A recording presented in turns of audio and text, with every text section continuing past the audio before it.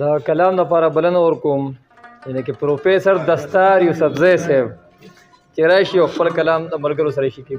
پروفیسر دستار یوسفزی. ډیره زیاته مننه صادق امین صاحب. اول خو ټول کم ملګري چې نن هغه حلف واخیستو اوچتې کړو ټولو ته ډیره ډیره مبارکي. ښه اوس یو کلام به سره شریک کړم. د غزل مطلب د صدر صاحب وایي چې هغه چې مړه د سرو په کان کې دوه یاران پراته وو، هغه چې مړه د سرو په کان کې دوه یاران پراته وو، د هغې دواړو په نستوڼو کې ماران پراته وو. هغه چې مړه د سرو په کان کې دوه یاران پراته وو، د هغې دواړو په نستوڼو کې ماران پراته وو.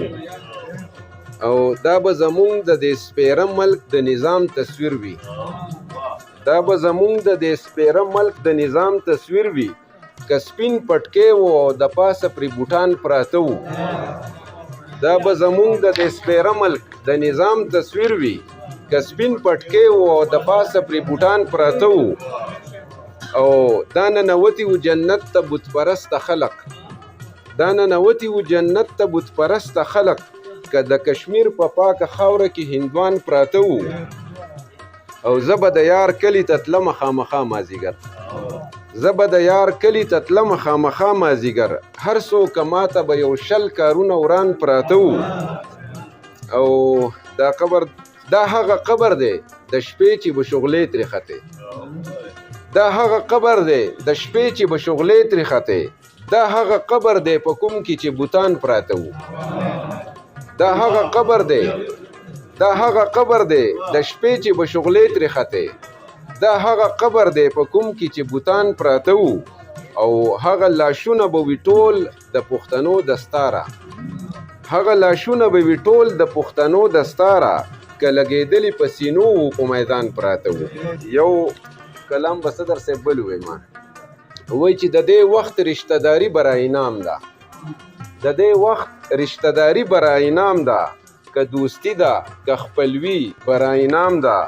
او زه د خپلې تجربې په اساس وایم، زه د خپلې تجربې په اساس وایم چې د نن روري خوري به را انعام ده. ښه زه د خپلې تجربې په اساس وایم چې د نن روري خوري به را انعام ده.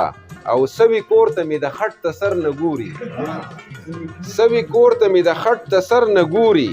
د یارانو همدردي به را انعام ده.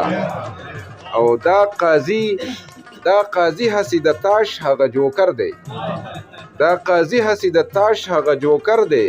د انصاف تله بیخي به را انعام ده. او دا قاضي هسې د تاش هغه جوکر دی، د انصاف تله بیخي به را انعام ده. او مجرمان ځکه زیاتیږي په دې ملک کې، مجرمان ځکه زیاتیږي په دې ملک کې. د قانون بالادستي به را انعام ده. او دا مونږ اوس هم د شین سترګو غلامان یو، مونږ اوس هم د شین سترګو غلامان یو. دا زمونږ ازادي به را انعام ده. او اوس د هیچا سترګه نه سوځي زمونږ نه، اوس د هیچا سترګه نه سوځي زمونږ نه. اوس زمونږ پښتونولي به را انعام ده. او واک اختیار یې د خانانو دی دستاره. جرګه هم هسې قومي به را انعام